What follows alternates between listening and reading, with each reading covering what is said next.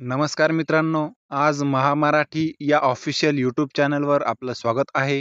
Police भरतीसाठी form भरण्याची जी last date आहे ती वाढवण्यात आलेली आहे. म्हणजेच फॉर्म भरण्याची जी मुदत आहे ती 15 एप्रिलपर्यंत करण्यात आली आहे. मित्रांनो, पोलीस भरतीची जी एक्झाम आहे ही एक्झाम जूनमध्ये होण्याची शक्यता आहे आणि त्याबाबतचा जो निर्णय आहे हा निर्णय घेण्यात आलेला आहे. तर याबद्दलची संपूर्ण माहिती आपण आजच्या व्हिडिओमध्ये बघणार आहोत. तर मित्रांनो, तुम्हाला मी एक रिक्वेस्ट करील की व्हिडिओ शेवटपर्यंत बघा, कारण कुठलीही माहिती आहे ते नजरचुकीने मिस होणार नाही याची आपल्याला काळजी घ्यायची आहे. सर्वप्रथम चॅनलवर नवीन असाल तर चॅनलला सबस्क्राईब करून ठेवा आणि बेल आयकॉन प्रेस करून ठेवा, म्हणजेच यासारख्या पुढील सर्व अपडेट्स आणि महत्त्वपूर्ण व्हिडिओज तुम्हाला वेळेवर मिळू शकतील. तर उशीर न करता आपण व्हिडिओ सुरू करूयात. पोलीस भरतीसाठी फॉर्म भरण्याची जी लास्ट डेट आहे ती वाढवण्यात आलेली आहे. म्हणजेच फॉर्म भरण्याची जी मुदत आहे ती 15 एप्रिलपर्यंत करण्यात आली आहे आणि ही जी आहे ही सर्वांसाठीच आनंदाची बातमी आहे. कारण काही विद्यार्थ्यांचे फॉर्म्स हे डॉक्युमेंट्समुळे म्हणावं किंवा सर्व्हरवरती काही प्रॉब्लेम्स असल्यामुळे म्हणावं किंवा फॉर्म्समध्ये काही चुका झाल्याने म्हणावं, तर काही ईमेल आयडी आणि मोबाईल नंबर या रिलेटेड प्रॉब्लेम्स होते.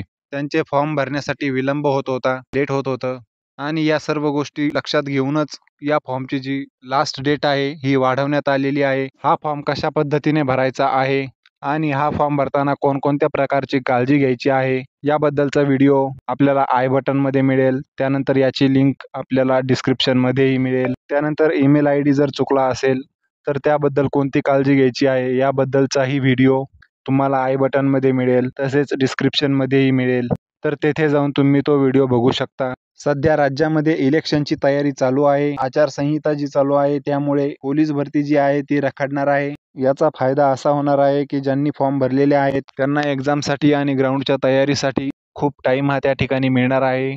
तर यामध्ये आपण बघत आहोत की जून अखेरीस भरतीचा निर्णय, म्हणजे या भरतीचा जो निर्णय घेण्यात आलेला आहे हा जून अखेरीपर्यंत घेण्यात आलेला आहे. येथे पुढे दिले आहे की आचारसंहितेमुळे पोलीस भरती रखडणार आहे. अर्ज नोंदणीनंतर उमेदवारांना अवधी, म्हणजे जी पोलीस भरती होणार आहे ही आचारसंहितेमुळे जरा रखडणार आहे.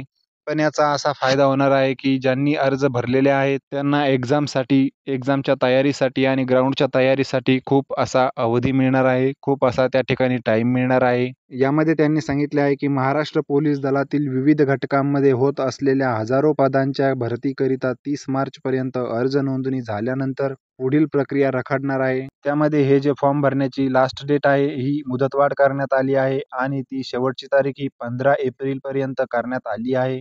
लोकसभा निवडणुकीची आचारसंहिता लागू झाल्याने लेखी व मैदानी परीक्षेचा निर्णय जून अखेरीस होणार असल्याचे पोलीस दलातील सूत्रांनी सांगितले. दरम्यान निवडणुकीनंतर भरतीचा पुढील टप्पा असल्याने लेखी परीक्षेसह मैदानी चाचणीच्या तयारीकरिता उमेदवारांना वाढीव अवधी हा मिळालेला आहे. शहर पोलीस आयुक्तालयात 118 पदांवरील भरती प्रक्रियेसंदर्भात आयुक्त संदीप कर्णिक यांनी अधिसूचना जाहीर केली आहे. तर ग्रामीण दलातील 32 जागांसाठी अधीक्षक विक्रम देशमाने यांनी अधिसूचना जाहीर केली आहे. दोन्ही पोलीस दलातील भरती प्रक्रियेसंदर्भातील कार्यवाही सुरू आहे. त्यानुसार 30 मार्चपर्यंत उमेदवारांना अर्ज नोंदणी करता येईल आणि आता ही जी मुदतवाढ करण्यात आली आहे ती 15 एप्रिलपर्यंत लागू झाली आहे.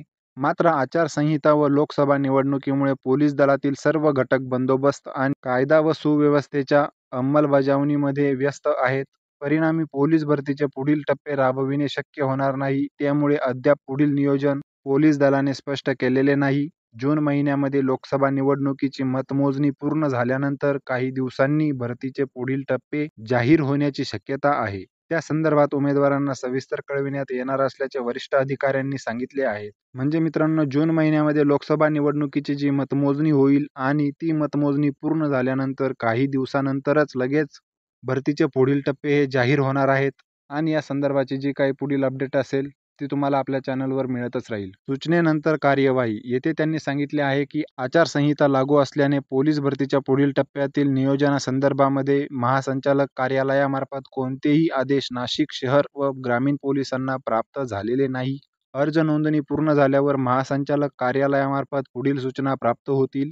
त्यानंतर भरतीचे पुढील टप्पे हे जाहीर होणार आहेत. या दरम्यान नियोजित स्पर्धा परीक्षा ठरलेल्या तारखांना होण्याची शक्यता आहे. मात्र पोलीस भरतीच्या ज्या परीक्षांच्या तारखा आहे या जाहीर नसल्यामुळे निवडणुकीनंतरच प्रक्रिया होण्याची शक्यता आहे. यामध्ये भरती प्रक्रिया दिली आहे. त्यामध्ये 30 मार्चपर्यंत कागदपत्रांसह स्वरूपामध्ये अर्ज नोंदणी होणार आहे. पण आता 30 मार्चच्या जागेवरती 15 एप्रिलपर्यंत आपण ही जी अर्ज नोंदणी आहे ही करू शकतो.